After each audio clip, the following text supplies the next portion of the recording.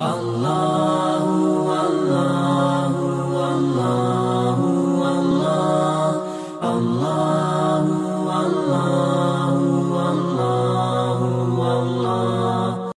Bismillah ar-Rahman ar-Rahim. Alhamdulillahi Rabbil Alameen. So we are in the second year of Hijrah. This is the month of Dhul Hijjah now. And I said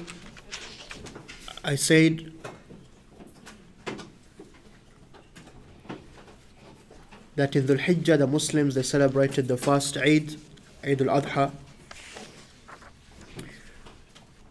and how we went back to Shawwal now. Shawwal is the month right after Ramadan, and how Ali radiallahu anhu, he got married to Fatima radiallahu anha in Shawwal.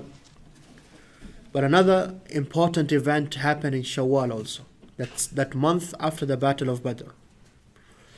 And that is the what we call the siege or the battle with Banu Qaynuqa'. That's what I was asking you. We talked about the setup, the social setup of Medina. And then Medina, other than the Muslims, they also had the Arabs who are not Muslims, who we saw that now most of them either accepted Islam since the Muslims won, or they became munafiqun, hypocrites. But then the third social group in Medina was the Jews of Medina. And the main three tribes of the Jews of Medina were Banu Qaynuqa', which we'll talk about now, the tribe of Qaynuqa', Banu Nadir, and Banu Qurayza. These are the three tribes in Medina. Okay? There was a fourth one. That is Banu Mustaliq. Banu Mustaliq. Okay? Now, what happened in that Shawwal, in the middle of Shawwal now, so like a month after Badr, these Jews of Banu Qaynuqa', who were right in the south part of Medina, so they were considered as part of Medina, they started to rebel. And they themselves, though, the Banu Qaynuqa', they used to be ironsmiths. Okay, they were ironsmiths, if you can say that in English. So they used to make things out of iron, especially a lot of weapons. And they used to deal with gold also. So they were known to be people who had a lot of weapons. You know, before, if you make the weapons, you're well equipped. Banu Qaynuqa', they started to rebel, even though they had a contract of peace with the Prophet ﷺ, just like the other Jews. They had a treaty of peace. When the Muslims won in Badr, they could not withhold their enmity which they were hiding and their hasad. This is how Allah describes them in the Quran. Their envy for the Prophet ﷺ and the Muslims. They could not hold it back. Ibn Ishaq and Abu Dawood also in his Sunan, he reports that after the Prophet ﷺ came back, they had Eid, he went to the Banu Qaynuqa' and he said to them, Ya ma'ashara Yahud, aslimu. He said, you should become Muslim. He went and gave them da'wah. قَبْلَ أَنْ يُصِيبَكُمْ مِثْلَ مَا أَصَابَ قُرَيْشًا. Before something might happen to you like that which happened to Quraysh. But because they were people full of kibr, arrogance, they said, Ya Muhammad, O Muhammad, لَا يَغُرَنَّكَ مِن نَفْسِكَ. Do not be deceived. أَنَّكَ قَتَلْتَ نَفَرًا مِن قُرَيْشٍ كَانُوا أَغْمَارًا لَا يَعْرِفُونَ قِتَالًا. Don't be deceived that you fought some weak-minded people who don't even know how to fight. Even though they were lying, they knew that the Quraysh, they were a major army to be considered in Arabia. إِنَّكَ لَوْ قَاتَلْتَنَا. If you fought us, لَعَرَفْتَ أَنَّ نَحْنُ النَّاسِ. You know that we are real people, and that you'll never fought people like us. When they replied with that reply, Allah subhanahu wa ta'ala revealed verses in Surah Al Imran talking about them, where Allah says, قُلْ لِلَّذِينَ كَفَرُوا سَتُغْلَبُونَ وَتُحْشَرُونَ إِلَى جَهَنَّمَ وَبِئْسَ الْمِهَادِ. Say to those who have disbelieved, and this is specifically here, Banu Qaynuqa, that they are going to be defeated. سَتُغْلَبُونَ. You will be defeated, and then tomorrow you will be resurrected into the hellfire. قَدْ كَانَ لَكُمْ آيَةٌ فِي فِئَتَيْنِ الْتَقَتَا. There was a sign, a lesson for you in the two groups which met, meaning in Badr. فِئَةٌ تُقَاتِلُ فِي سَبِيلِ اللَّهِ, a group fighting for Allah's sake. وَأُخْرَى كَافِرَةٌ, and another group which was kafir like you. يَرَوْنَهُمْ مِثْلَيْهِمْ رَأْيَ الْعَيْنِ. They saw them double the number. We mentioned this in Badr. وَاللَّهُ يُؤَيِّدُ بِنَصْرِهِ مَنْ يَشَاءُ. Allah, He helps by His will whoever He wants. إِنَّ فِي ذَلِكَ لَعِبْرَةٌ إِنَّ فِي ذَلِكَ لَعِبْرَةً لِأُولِي الْأَبْصَارِ. In that surely is a point to remember and ponder about for those who are smart. These verses were revealed about Banu Qaynuqa when they gave this response to the Prophet ﷺ. So they had announced basically war, imagine. They said, don't think we're like them. And this continued on with their words they used to say. They had what we say in Arab, jur'ah. In Arabic we say jur'ah. Jur'ah in English is to have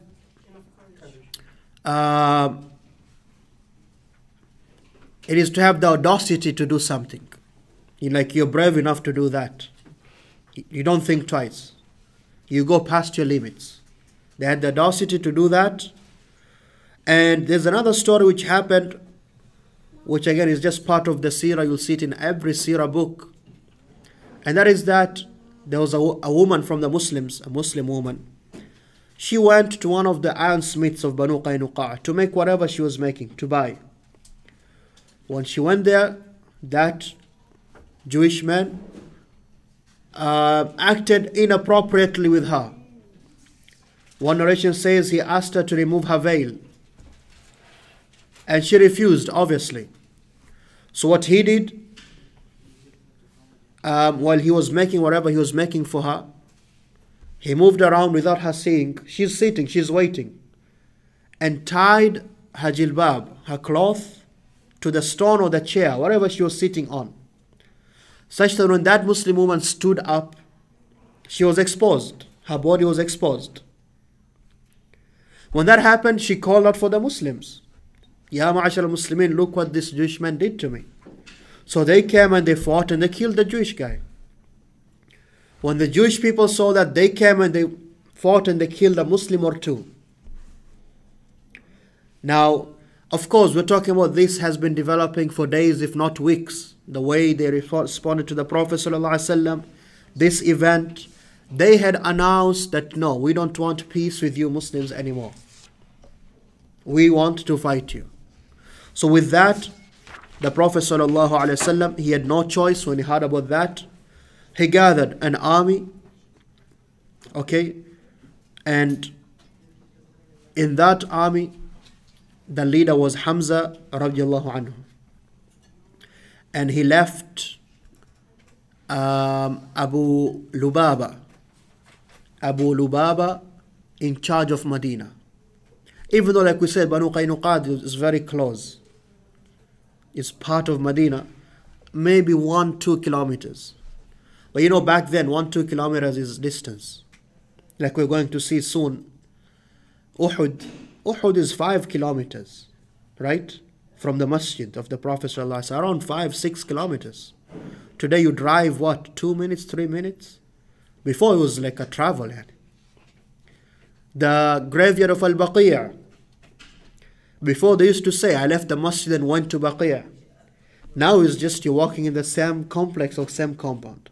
So the Prophet ﷺ, he left Abu Lubaba in charge of Medina, and he set out and he gave the banner, the flag, the standard. Every army which fought back then, even now, you have to carry the flag to represent you. I'm sure you watch TV. You've seen that when armies fought, each army had its banner or its standard, in English you say, the flag. He gave the flag to Ali ibn Abi Talib, Hamza ibn Abdul Muttalib radiallahu anhu. When the Jews of Banu Qaynuqa, they saw the Muslim army coming, they went into their fortresses. Okay, because there were people who had fortresses, husun, and they were well defended fortresses. And remember, they were the people who used to work the weapons, so they were well armed. And they had an army of 700 men.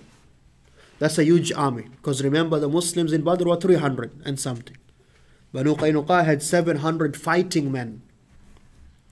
So the Prophet ﷺ, he set foot at Banu Qaynuqa, and they protected themselves in their fortresses, and they stayed there for a while. There was a few fighting, a few skirmishes, but not a lot. And they laid them under siege for 15 days. So from the middle of Shawwal to the beginning of Dhul Qa'dah. Okay, until Allah subhanahu wa ta'ala, He filled their hearts with fear. He filled their hearts with fear, so they decided to surrender. They decided to surrender. When they decided to surrender, the Prophet sallallahu alaihi wasallam, he gave them the order that they cannot stay in Medina anymore because they're not trustworthy. Tomorrow they'll break another covenant and fight the Muslims and kill other Muslims. So they were told they have to leave Medina. But when this was happening, Abdullah bin Ubay bin Salul, the leader of the hypocrites, remember, this was when just hypocrisy was started, so nobody knew he was a hypocrite. We know now, then they did not know. He came and said to the Prophet, in fact, he held the Prophet by his collar. He said, no, they can't come under your rule. I've been trying all these years to be the leader of Medina and the Jews, and you just win them in one day? I've been trying to get the gold and the silver. And he said, oh Muhammad, these are my allies. Let me ask for them. Don't fight them, don't kill anyone. Let me speak for them. Let me be a reason you save them. So the Prophet ﷺ, he said, okay, he agreed. He agreed to him. And we saw in the beginning also, and now we see the Prophet ﷺ used to deal well with him, Abdullah bin Ubay bin Salul. Why? Because remember, he was the man who was supposed to be in charge of Medina. He was going to be the king of Medina. But when the Prophet ﷺ came, it affected him much. So the Prophet ﷺ, he knew that. So he used to act in a nice way with him. So what happened? The Prophet ﷺ, he said, okay, we're not going to fight or kill anyone, but they have to go out of Medina. And he gave them the choice. Them and their women and their children have to leave, and they can carry whatever they want on the camels. Anything else, they will leave it. And that is when those Jews of Banu Qaynuqa, started to break their own doors and their own windows, trying to carry anything they can carry. And that is how Allah mentions, يُخْرِبُونَ بُيُوتَهُمْ بِأَيْدِيهِمْ وَأَيْدِي الْمُؤْمِنِينَ. They used to يُخْرِبُونَ, destroy their homes themselves. The homes they built, they destroyed themselves. And the Prophet ﷺ, he made Ubadah ibn Samit, radiallahu anhu, Ubadah ibn Samit, in charge of this affair. He's in charge to overlook everything. Why? Because he used to be an ally of the Jews. His tribe used to be an ally of these Jews of Banu Qaynuqa. And he gave them 3 days. So they came to Ubadah ibn Samit and they said, you used to be our ally before you're a Muslim. Look what is happening to us. Give us more time. Because if there's more time, we can carry more stuff. So Ubadah said, if it was up to me, I would have never given you even one evening or one day. I'll just tell you to leave. The Prophet ﷺ gave you 3 days. He said, not more, not an hour more. Like we talked about, the allegiance, the wala of Islam, it overcame everything. Especially people who are trying to fight Islam. Tayyib. So this is the story of Banu Qaynuqa. So they left their homes. They left their homes, whatever they could carry. And so the Muslims, they, by the way, Banu Qaynuqa is the tribe of Abdullah bin Salam, radiallahu anhu. Abdullah bin Salam, who we told about his story, this is his tribe. They left, and whatever else they left behind, that was war spoils. So the Muslims became richer financially, whatever they got. Remember, these are poor Muslims. They are sleeping in the masjid, barely eating anything. Okay? And the one who was in charge, and the best thing the Muslims got though was what? Was the weapons they left behind. Remember, they used to make a lot of weapons. So it was just the right timing by Allah's plan. Muslims needed those weapons. And Muhammad ibn Maslama, memorize the name, Muhammad ibn Maslama radiallahu anhu, he was in charge of collecting that. Okay? And that is the story of Banu Qaynuqa, which happened in Shawwal until the beginning of Dhul Qa'dah. And then we mention some of the things which happened in Dhul Qa'dah. And then we go to Dhul Hijjah. Now we go back to Dhul Hijjah. In Dhul Hijjah, the Prophet sallallahu alaihi wasallam, he set out in another expedition, another army. What had happened is that we mentioned how Abu Sufyan, his caravan was saved. He went to Mecca. When he went to Mecca, he got the news of the great defeat. So Abu Sufyan, like we said now, he was the de facto leader of Mecca. He said, no, we have to take some revenge. We have to take some revenge. He said, in fact, he took a vow, nadhar.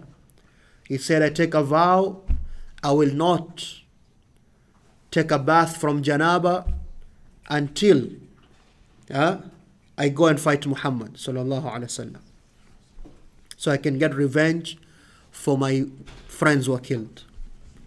Now some may ask, Abu Sufyan is not Muslim, the leader of the kuffar of Makkah right now. I will not take a bath from janaba. Sounds like a Muslim to me. The fact is that ghusl from janaba was one of the things which remained from the Islam left by Ibrahim alayhi salam and Ismail. Just like they had Umrah and Hajj, which they did in a weird style, but in Jahiliyyah they had ghusl also. That is when Islam came, Islam left ghusl. Ghusl is part of Islam until today. That is why the ulama of Islam, they say, look, when Allah mentioned ghusl in the Quran, He just mentioned ghusl. But when Allah mentioned wudu, He explained, this is how you do wudu. فَاغْسِلُوا بِأَيْدِيكُمْ to the end. Yes, because ghusl they knew it before Islam, but wudu they didn't know it. Anyway, Abu Sufyan, he made a vow, I will not take a ghusl from janaba, shower, until I go and fight Muhammad and revenge my friends. So what he did, he set out with 200 what do you call them? What do you call the riders of an army? Cavalry. With 200 cavalry or horsemen, so he can set out his vow, he can act on his vow, nadhar. Okay? And he was going to go into Medina and fight. When he reached the suburbs of Medina, he went to Banu Nadir, now the other tribe of the Jews. Yarhamkallah. To Banu Nadir, he went to them, and he went to their leader, Huyay ibn Akhtab. Huyay ibn Akhtab, who's the father of Safiya bin Huyay, who's going to be the wife of the Prophet. And we mentioned Huyay actually in the story when the Prophet ﷺ came to Medina. You should go back to the recordings of the Seerah. The Seerah, the secret to it is you don't come and listen once, it's a nice story, and then you go home. No. You have to review over and over and over again until you can tell that story. So Huyay ibn Akhtab, they went to him because he was the leader of Banu Nadir. They went and knocked on his door. Who was there? He said, Abu Sufyan and the leaders of the Quraysh. He said, no, I'm not opening for you. I have a treaty. with the Prophet Muhammad sallallahu alaihi wasallam and his Muslims. I'm not opening for you, because now this is you're announcing you're breaking the treaty. Okay, so they went to another of the Jewish men called Salam ibn Mishkam, and he was also one of the leaders of Banu Nadir, and he used to be their treasurer. They sought permission, he let them in, and treated them as guests, gave them alcohol, and he gave them news. The Prophet, these Muslims now, they're doing this and that and that and that and that. Yes. And then Abu Sufyan left in the same night, and in those corners of Medina, in a place called Uraydu, okay, they burnt some of the dead palm trees. And the dead trees were the main source of income until today for the people of Medina. They burnt those trees, and they found one man from the Ansar, and they killed him, okay, and one of his allies, and then they ran. They left. So when the Prophet ﷺ got the news in the morning, he quickly prepared an army of 200 men from the Muhajirun and Ansar, and they set out for them. And again put Abu Lubaba in charge of Medina. So when Abu Sufyan now he saw that the Muslims are coming, they had to lose all the extra weight, as we call it, whatever the camels or horses are carrying. So they used to throw whatever they had, and what they had was what is called sawiq. Sawiq is like a broth, like a stew, okay, which is easy to make, and it's easy to carry in a travel because it doesn't go bad easily. It's one of the foods the Arabs then used to eat a lot. So they had a lot of sawiq because they came out from Mecca all the way to Medina, and then they have to go back, right? So they used to drop that sawiq while they were running. They could not turn back and fight. That is why this is called Ghazwatu Sawiq, the expedition of Sawiq, or the fight of Sawiq. It is named after that. Okay? It is named after that. It is also called Qarqaratu al-Qudri, because that is the place the Prophet ﷺ, he decided to stop chasing them. Qarqaratu al-Qudri.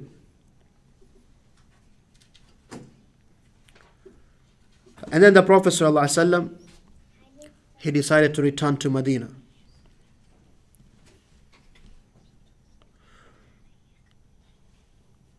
When he returned to Medina though, this after 5 days, we just spoke about in 5 minutes. Never forget that. We're speaking about days and months and years, right? This happened in 5 days, chasing after them and then coming back. In 5 days the Prophet ﷺ came. When he came, they asked him, Ya Rasulullah, this is again 2 months after Badr, 3 months now. Do you think we're going to fight them again? Like soon? Because they came. Like Abu Sufyan came from Makkah all the way to Medina. And the Prophet ﷺ said, Naam, yes, there's going to be a fight. Okay? So that is Ghazwatu Sawiq or Al-Qudri, Qarqaratul Qudri. And then Eid al-Adha came. The Muslims celebrated Eid al-Adha. And in these same days, one of the great people died. His name is Uthman ibn Mad'un. I mentioned him before. Uthman ibn Mad'un was one of the first people to become Muslim. And Uthman ibn Mad'un radiallahu anhu, he died one of these days. Of course, he had migrated from Mecca to Medina. So he was lucky enough, and we do use the word luck loosely. There's no luck. It was his good qadr.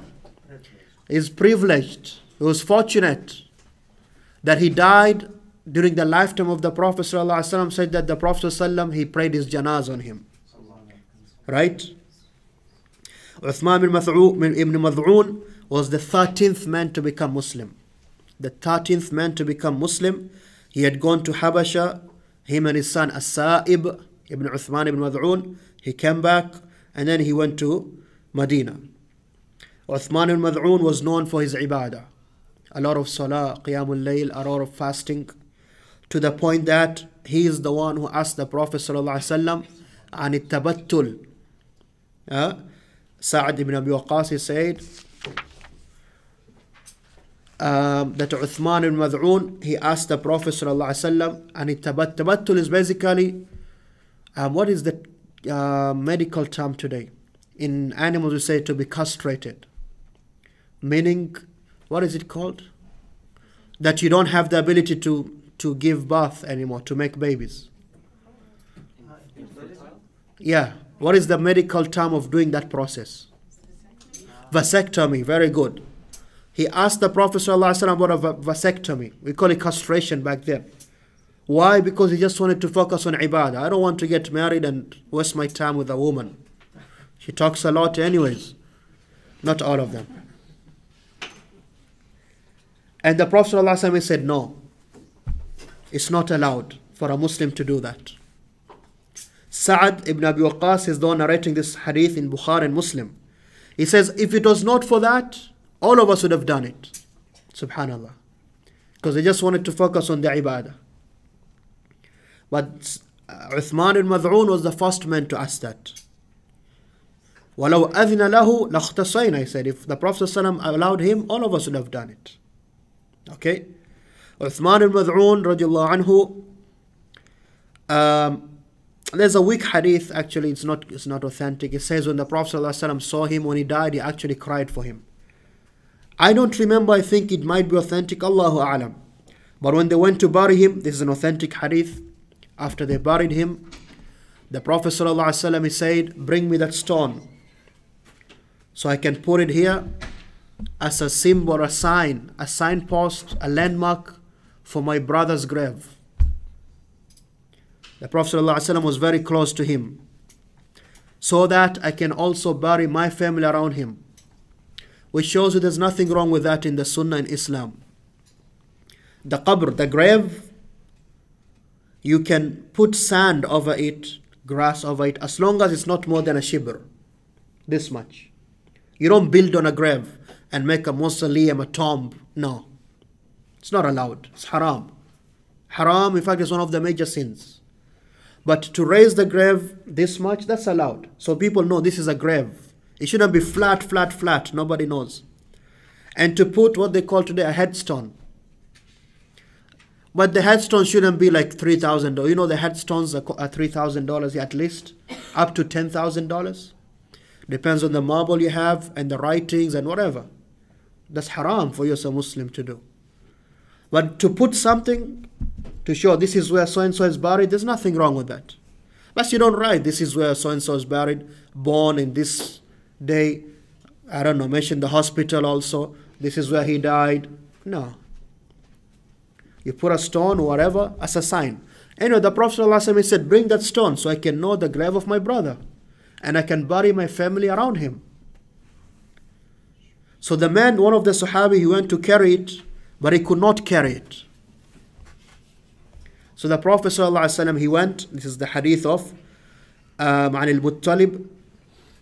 He said, I saw the Prophet ﷺ carrying it himself, and I can see the whiteness of his arms right now. Meaning, I remember it clearly. He put up his cloth and he carried that stone. Which shows you, like we said before in Badr, the Prophet ﷺ was very strong. In fact, like Ali radiallahu anhu said, when the fighting became difficult, we used to hide behind him. He carried that stone and he put it there as a sign. This is the grave of Uthman ibn Mad'un radiallahu anhu. When Uthman had died, in fact, the Prophet ﷺ said, نعم السلف لنا عثمان ibn Mad'un. نعم السلف لنا أو كما قال صلى الله عليه وسلم. What a good salaf for us is Uthman ibn Mad'un. What does salaf mean? Don't say, oh, I'm Salafi. No, I didn't ask you that. What does salaf mean? What does it mean for you to be Salafi? Precedent. So he was such a righteous man. The Prophet ﷺ said, what a good predecessor for us is Uthman, that he died before us, he's going before us. What a good man.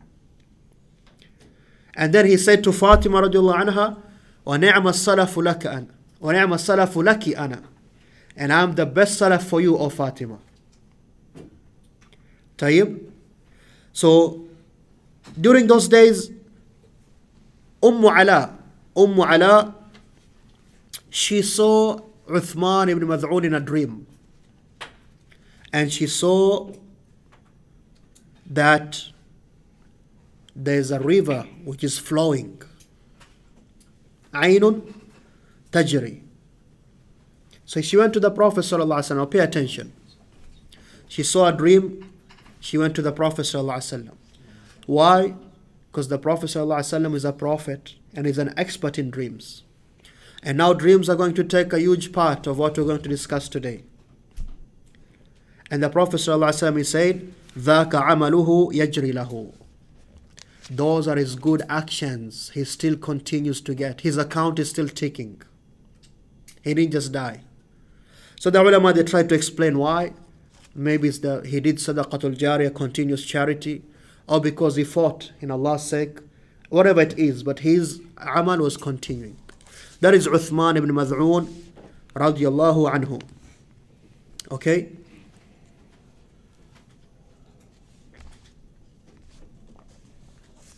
And he was the first man to be buried in the graveyard of Al-Baqi'. That graveyard where now all of the great Sahaba are buried. The first man, first Muslim actually, okay, of the Muhajirun was Uthman bin Mad'un. Uthman bin Mad'un was the first Muhajir to be buried in Baqi'. And after that, Aisha is there, radiallahu anha. Uthman is there, radiallahu anhu, and the rest. If you go visit Medina, you can go see some people say Jannatul Baqi', right? They say it's the Jannah of Baqi'. They are in Jannah, those people, but that's the maqbar, it's the graveyard of Al-Baqi'. Now, during those same days now, Dhul Hijjah ends, we start a new year, Muharram. So now we're starting the new year, the third year of the Muslims in Medina. Okay? The Muslims of Medina. In this year, the Prophet ﷺ, he set out in Muharram with 450 men, and that was the biggest army ever the Muslims had then, until then, 450 men. And he went, when he got news that the people of Ghatfan, they had come together to go fight the Muslims in Medina. So when the Prophet ﷺ heard the news, he set out first to them. Because you can't risk people come and attack Medina, there's women and children, whatnot. So he set out to them. Okay, Ghatfan of Banu Tha'laba. And he left Uthman ibn Affan in charge of Medina. In charge of Medina. When they reached there, a lot of rain started to rain there, that place. And those people, they had fled. The people of Ghatfan, they left, they fled, they ran. But like we said, the Prophet ﷺ, he would stay at the place for at least 3 days to show them we're here and we're strong. When this was happening, the Prophet ﷺ, because it was raining, he took shelter under a tree. You probably have heard this story. And he slept. He took his weapon, his sword, he poured it, he slept. He's a human being. The Prophet ﷺ sleeps. When he woke up, he sees a man holding his sword, the Prophet's sword, against him. And said to him, Ya Muhammad, man yamna'uka minni?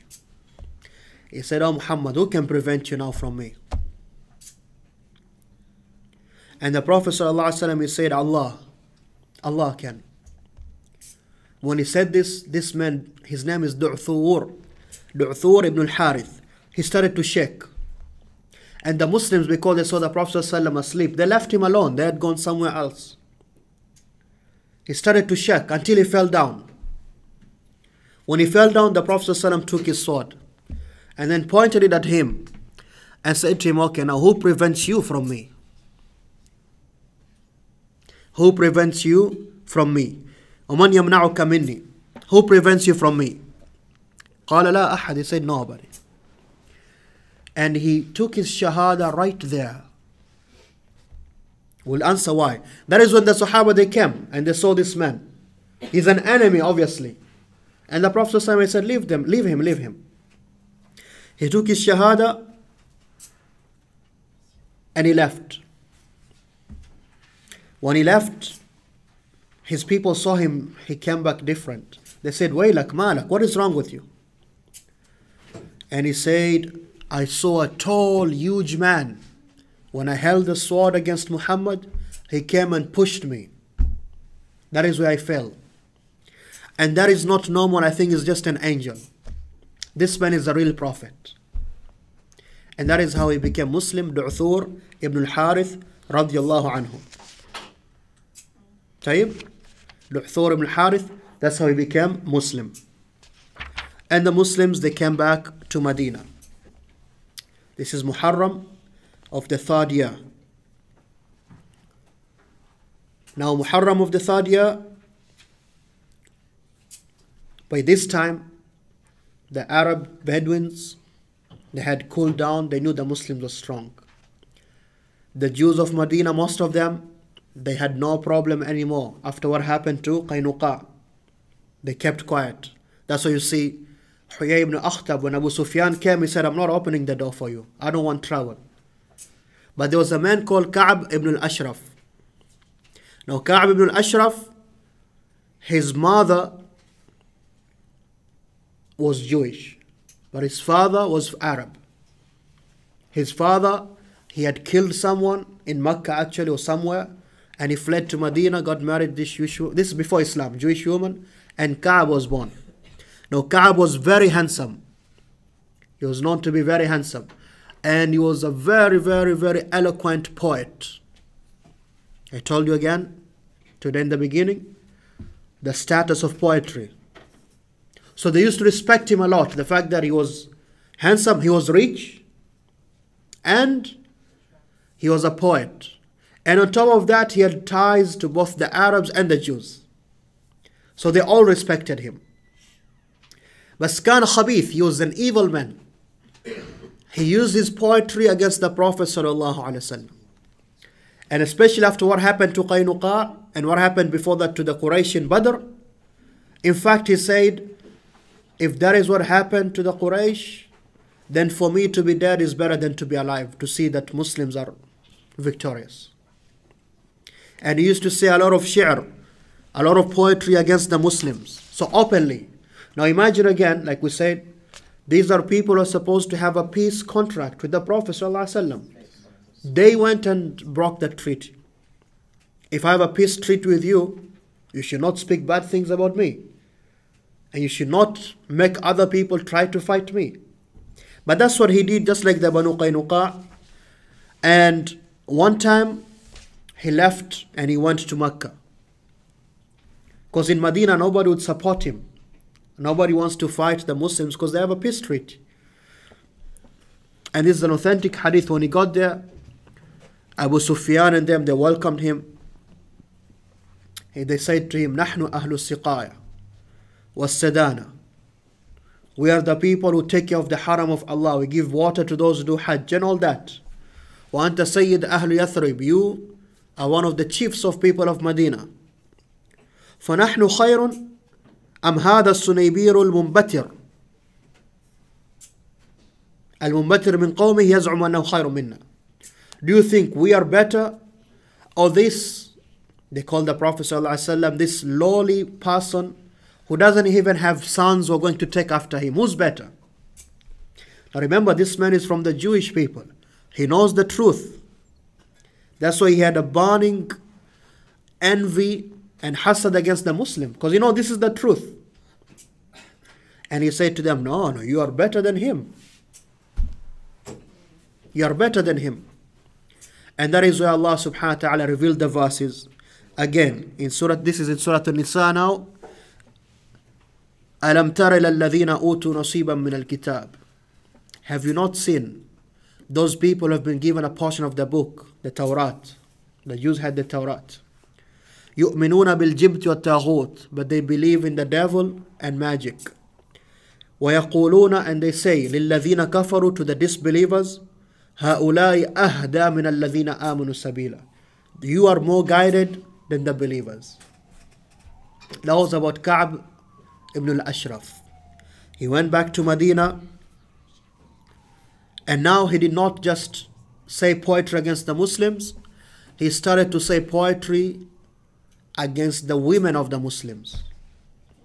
And if you didn't know, by the way, some of the poetry they did was pretty lewd, like 18 plus, adults only stuff. And if someone was a very good poet, he can write poetry which will affect you all your life in terms of abusing you.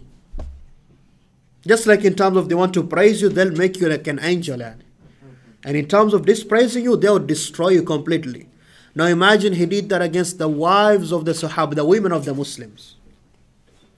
Now when this happened, and on top of him going to the Quraysh and telling them you should continue fighting and you are better than him, the Muslims, and him openly declaring that I don't like the Muslims and Muhammad sallallahu alaihi wasallam.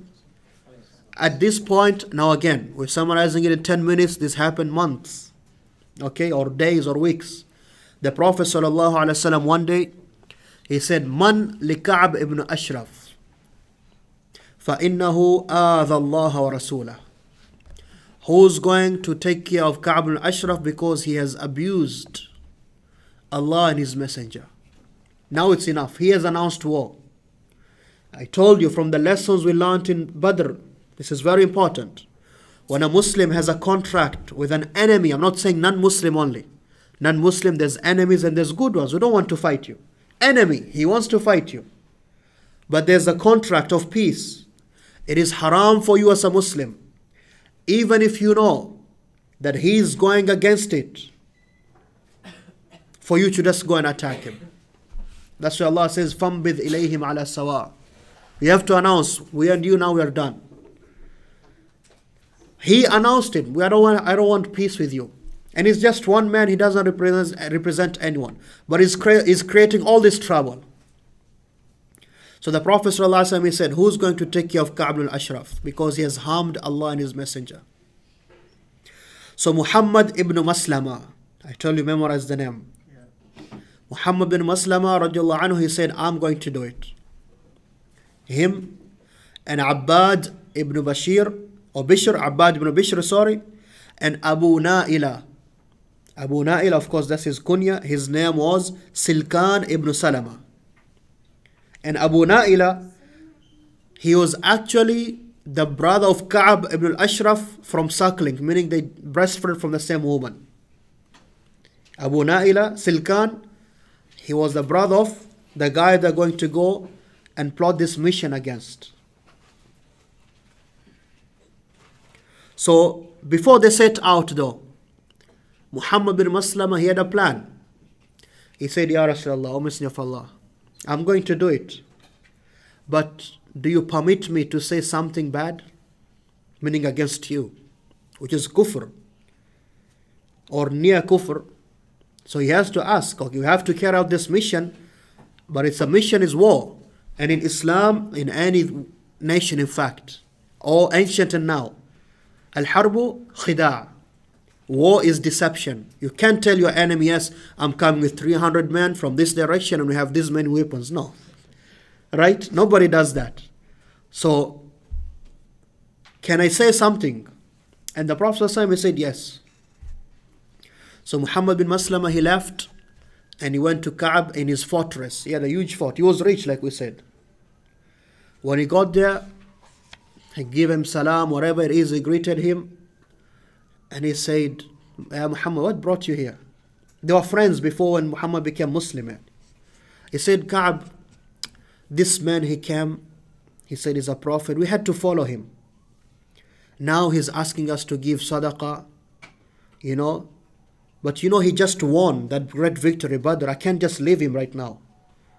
So I just want to see what will happen. But I need something so I can give a sadaqah to show that I'm with him. Can you give me a loan, something? And in fact, so obviously Ka'b, he became happy. Oh, there's other people who hate him. In fact, his followers hate him. Do you see the plot? Muhammad bin Maslama is acting like he's a Muslim, but he hates the Prophet. So Ka'b is happy now. And on top, he said, oh, on top of that, I have other people like me. He said, yeah. He said, yes. In fact, your brother Abu Na'ilah is like me also. So he said, okay, I need something. But him being him, he said, what are you going to give me a security deposit? I'm going to give you a loan. Every loan has a security deposit, right? Collateral, as they call it sometimes. I'm going to lend you something, but give me something to know you're going to pay back. He said, I don't have anything. That's why I came to you. And look how evil this guy was. He said, give me your women. Meaning your wife, or if he had wives, and your daughters. And Muhammad said, Anta ajmalul Arab. You are the most handsome of all the Arabs. Meaning, if I gave you my women in the most handsome of all Arabs, what was going to happen to my women? They're going to fall for you. Or what he meant is, you are so handsome, you don't need my women. Any woman will come to you. He said, okay, then give me your children, your sons, meaning. You don't want to give me your wives or your daughters. He said this to Muhammad and to Abu Na'ilah when he came also, and said the same thing. Abu Na'ilah also came and said, you are tired of this man, give us a loan because we just want to show we follow him. He said, so give me your sons, for me to hold them as collateral, imagine. So I give you the loan. And they said, Ya Ka'b. And then tomorrow, people are going to put the aib in them, people are going to shame them and say, look, he was given as collateral because of a few handful of barley or wheat. Right? Forever. That will stay with him forever. We can't do that. He said, but we're going to give you our weapons. What do you think of that? We're going to bring our weapons and they'll stay collateral with you. He said, okay, that's good. So they agreed to come another day. They went back and they reported to the Prophet ﷺ. When they were ready, Muhammad, he made the plan, Muhammad bin Maslama with Abu Na'ilah and Abbad ibn Bishr. They said, I'm going to go to him. And he always smells good. He always smells good. Remember, he was rich. And he always had women with him. So I'm going to say, let me smell your perfume. And when he gives me his head, I will hold him and you can strike his neck. So they went there at night. And they called Ka'b from his fortress. He said, Ya Ka'b. When he said that, the woman who was with Ka'b, she was newly married to him, a new bride. She said, Inni asma'u sawt ad-dam. I hear the voice of blood. Who's that? And he said, no, what voice of blood? That is my brother, my friend Abu Muhammad bin Maslama, and my own brother Abu Na'ilah. And even a man who's noble like me, if he was to be called to be stabbed, he should go. That is the nobility I have. And so he set out, and they were waiting for him. When he got down, they said, oh, what beautiful perfume you put. And they started walking. They brought the weapons which are supposed to be collateral. They said, let's take a walk. And he walked with them. So Muhammad said, let me smell the perfume. And he put his hand in his hair, and then he smelled it. I said, oh, this is so great. And he said, Indi Ajbal Nisa al-Arab. I have one of the best, most beautiful women of the Arabs with me right now. I got married to her. They walked. He said, can I do it again? Can I smell again? And this time when he gave him his head, Muhammad bin Maslama, he held him and he said, Ilaykum bi'aduwallah. Bi'aduwillah. Strike the enemy of Allah, and they struck his neck. But he did not die. In fact, one of the swords when they struck him, Abbad bin Bishr and Abu Na'ilah, Abbad bin Bishr, he hurt himself. And the enemy of Allah, he lay there and he groaned like an animal until all the other Jewish households, they all woke up. When they all woke up, Muhammad bin Maslama and Abu Na'ilah, they took off, thinking Abbad is with them. But when they reached close to Medina, in fact, I missed a detail, is that when they were going out that night, the Prophet ﷺ walked them until to a distance. And he said, Allah is with you. They were riding and he was walking, which shows you his humbleness. So when they came back, all they were saying was, Allahu Akbar, Allahu Akbar. So the Prophet ﷺ, he knew they were successful. But when they reached, they realized, oh, where's Abbad? So they were scared now. Maybe Abbad was caught. What happened to him? Again, remember this is night. Oh, you know by now, because the last 2 nights you didn't have power. You don't see anything. They didn't have street lights, right? And then they heard Abbad coming and he was injured. Okay, he was injured. He had injured himself. He had injured himself. But they were successful in their mission, and Ka'b ibn al-Ashraf was dead at that moment. And from that moment on, all of the other Jews, they said, okay, peace, no fighting, no instigating, no problems, no secret plots, no plans. We have a peace treaty with the Muslims, peace treaty. Okay? And that is how Ka'b ibn al-Ashraf, he was assassinated. That's the right word. And the Prophet ﷺ said about them, أفلحت الوجوه. These faces have succeeded. And he spat, he put some spit on the wound of Al-Harith actually, and he was cured right there. This is in Sahih al-Bukhari. It doesn't get more authentic than that. Now before we break, none of you should live here today as an assassinator. So, you know, the Shaykh said assassinations in Islam are a good thing, because there's this guy and that guy, wherever you live, right? Or he always speaks about Muslims and he draws cartoons of the Prophet ﷺ and this and that, so I should go assassinate him. No, number one, I never told you can do that. Number two, I didn't tell you can do that. Number three, you cannot do that. Okay? The Prophet ﷺ, he was walking on wahi, revelation from Allah. Allah told him, this enemy, he has passed the limit now. Number two, the Prophet ﷺ was the leader of the state.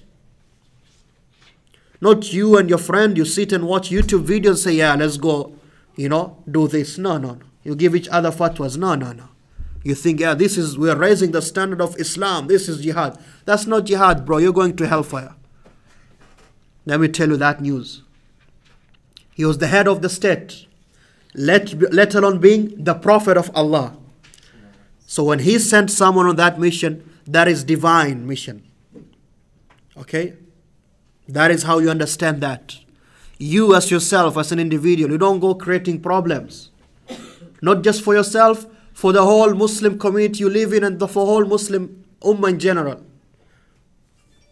Okay? So this was Muharram. Was that a wake-up alarm? Oh, okay. One more thing before we break. Salah is 9:15, 8:15. I heard the adhan. I just have to say one more thing or two more things before we break. What time is it now? 8:35. Oh no, 8:30. Okay, we have enough time. One more thing. Do you mind, Sheikh, to elaborate more on the last point? You did one great job on it. I think the point is clear. The matters of blood, guys, the matters of blood, shedding someone else's blood, whether that person, like I said, is a Muslim or non-Muslim, even within the non-Muslim, whether he is a good non-Muslim, meaning to Muslims, or an enemy, someone who's an enemy. We have those people, even today. Someone is a clear enemy to Islam and Muslims. It is not upon you to take matters in your hand. And we're not saying this to appease anyone, no. This is the Sharia of Allah. This is Islam. So you see, they were hearing Ka'b al-Ashraf saying poetry against them, against their religion, against their women, in fact. But no one of them said, no, I'm going to go revenge my women. They had to wait until the Prophet ﷺ said, who's going to go and do this? Why? Because he has harmed Allah and His Messenger. He didn't say the Prophet ﷺ, go and kill him because he has harmed our women. No, that's easy. Let him say whatever he has to say. It's not about we don't care, or we don't have ghira, jealousy, we don't have being affected when someone speaks ill of Islam or the Prophet. No. As a Muslim, you have to feel that. You have to be angry. But it's not upon you to take matters in your hand. Or me, for that sake. I'm not speaking to you, and I'm speaking about everybody. Unless you're the leader of a Muslim nation and you want to take action, that is for you, yes. Individuals, no. No. Even if your sheikh has a beard to the floor, he can't give you that fatwa. That's a reality. Some matters are very, very, very specific. Okay? Islam is a religion of what? Order, discipline. There's no chaos here. Islam is not about chaos. If everybody took matters in their hands, there would be chaos. Okay? So what also happened during this time, okay, is the expedition to Al-Qarada. Al-Qarada. And this expedition was kind of special because the Prophet ﷺ, he put in charge of it Zayd ibn Haritha. You know who Zayd ibn Haritha? Who is he? Quickly. He used to be the slave of the Prophet ﷺ. He let him free and then he took care of him like his own son. Right? Until they used to call him Zayd ibn Muhammad. So imagine an ex-slave. He becomes a leader of an army. And that tells you Islam is like that. Your merit, your value is your iman, your good actions. Not where you come from, not how you look. Zayd ibn Haritha is the leader of an army. The Prophet ﷺ, he sent him out. And he sent him out to attack one of the caravans of the Quraysh. To hit them economically now. The Quraysh now this time though, they were very cautious. Remember now they lost Medina. They can't pass by Medina. And Badr was fought because the Muslims were coming after the caravan. So they said, if we stay like this without business, we're going to die. Makkah, there's nothing in Makkah. They live on tread. Rihlat al-shita'i was-sayf, the summer journey and the winter journey. So they said, what are we supposed to do? They came to an agreement. Let's take the long route. Go down Medina instead of going up to Sham, because they're going to Sham. You know, go around in the sea and then go up Sham. A way or a route which is never taken. But for them, they have to preserve their wealth. So they agreed to that. But Allah subhanahu wa ta'ala had given wahi to his Prophet sallallahu alaihi wasallam. And he sent out Zayd ibn Haritha. Okay? And he actually was successful. He was actually successful in that. And they got a lot of wealth, silver, which was 30,000 dirhams. That's a lot of wealth. And this caravan, by the way, was under the leadership of Safwan ibn Umayyah.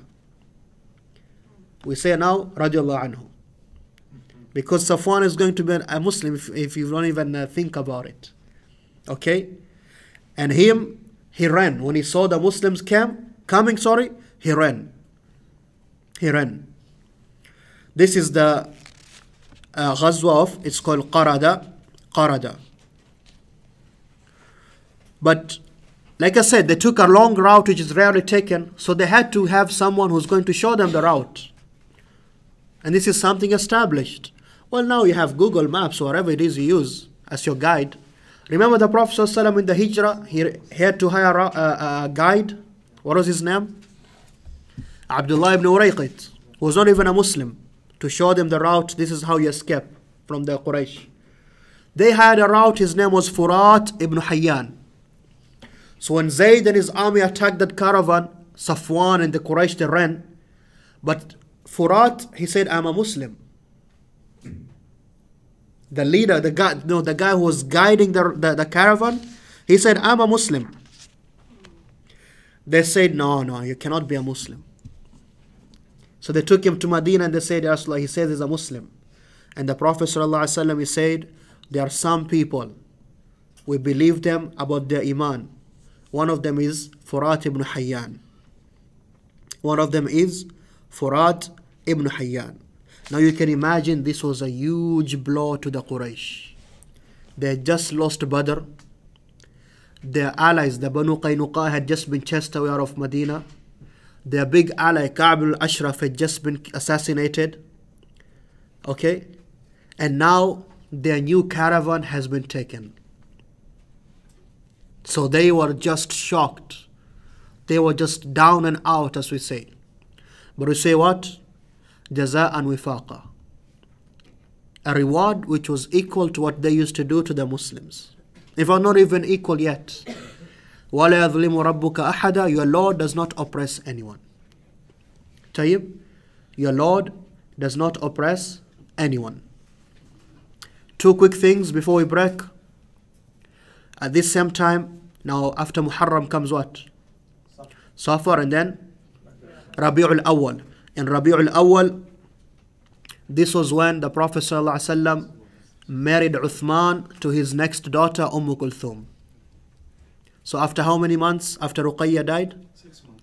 6 months from Ramadan, right? Shawwal, Dhul Qa'dah, Dhul Hijjah, Muharram, Safar. In Rabi'ul Awwal, the Prophet ﷺ, he got Uthman married to Kulthum, and she had never been married before. Okay, even though she had been, well, she is still a virgin, but she was married before. They had done the nikah with who? Imagine, Utbah ibn Abi Lahab. It was before Islam. She had been married to Utbah, the son of Abu Lahab. But once Islam came, the Prophet ﷺ said, no, my daughter cannot be married to the enemy, the son of the enemy of Islam. But they had not consummated the marriage. So now the Prophet ﷺ got her married to Uthman, but they never had children. As we'll see, Kulthum will also die. That is why Uthman was special, guys. The Prophet ﷺ, he got him married to 2 of his daughters. There is no other human being known who married 2 daughters of a prophet, let alone the greatest prophet ever. That is how Uthman is special. That is why he was called Dhun Nurayn. Okay? Dhun Nurayn. And also at this time, the Prophet ﷺ, he got married to Hafsa bint Umar. This is the time the Prophet ﷺ got married to. How many wives did the Prophet ﷺ have at this time? 3. No. At this time we're talking about Saud and Aisha. Right? 2. Khadija had died. We're saying now, like this time, only 2. This is the time when Hafsa radiallahu anha had become a widow because her husband passed away. Okay? Who was her husband? Khunais ibn Hudhafa radiallahu anhu, who died right after Badr. Khunais ibn Hudhafa. So what had happened? I have told this story here before. I'll summarize it right now. After she finished her iddah, her waiting period, Umar, he came to Uthman and he said, Ya Uthman, you know Hafsa was a widow, Khunais died, but now she finished her iddah. I want you to marry my daughter. And Uthman, he said, I don't want to get married right now. And so Umar, he went to Abu Bakr. He said, Ya Abu Bakr, Hafsa is ready to get married again. You should marry her. But Abu Bakr didn't say anything. Kept quiet. Umar, he says, so something came to my heart. They were humans. I felt a bad feeling about Abu Bakr. I said, at least Uthman told me. This guy didn't say anything. He said, in a few days, then the Prophet ﷺ came and proposed and got married to Hafsa. That is when Abu Bakr came and said, I know, Umar, you had something in your heart. The only reason it stopped me from saying anything is because I heard the Prophet ﷺ mentioning Hafsa. So I knew that he's going to come propose. In fact, one narration says, I did not want to say out the secret of the Prophet ﷺ. He said that if it was not for that, I would have married her. There's a lot to learn there. Number one, there's nothing wrong Islamically for you, the father, to approach someone you know as a good Muslim to get married to your daughter. Nothing wrong with that. In fact, the best people did that. The best people did that. I know some of your fathers and mothers say, nobody's coming to propose. Yallah, you go out. What? Number two, the importance of keeping secrets. If someone trusts you with a secret, you keep it.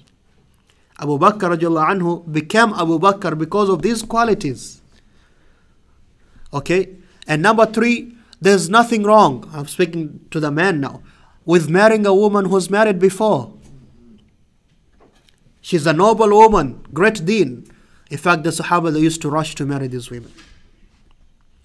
And that is how Hafsa was married to the Prophet sallallahu alaihi wasallam. So Umar was the best friend of the Prophet sallallahu alaihi wasallam and also his father-in-law. And Abu Bakr, same thing. Abu Bakr was the best friend of the Prophet sallallahu alaihi wasallam and his father-in-law. Okay? We'll stop and continue inshallah. Subhanakallahumma bihamdik, shadu an la ilaha illa anta astaghfiruka.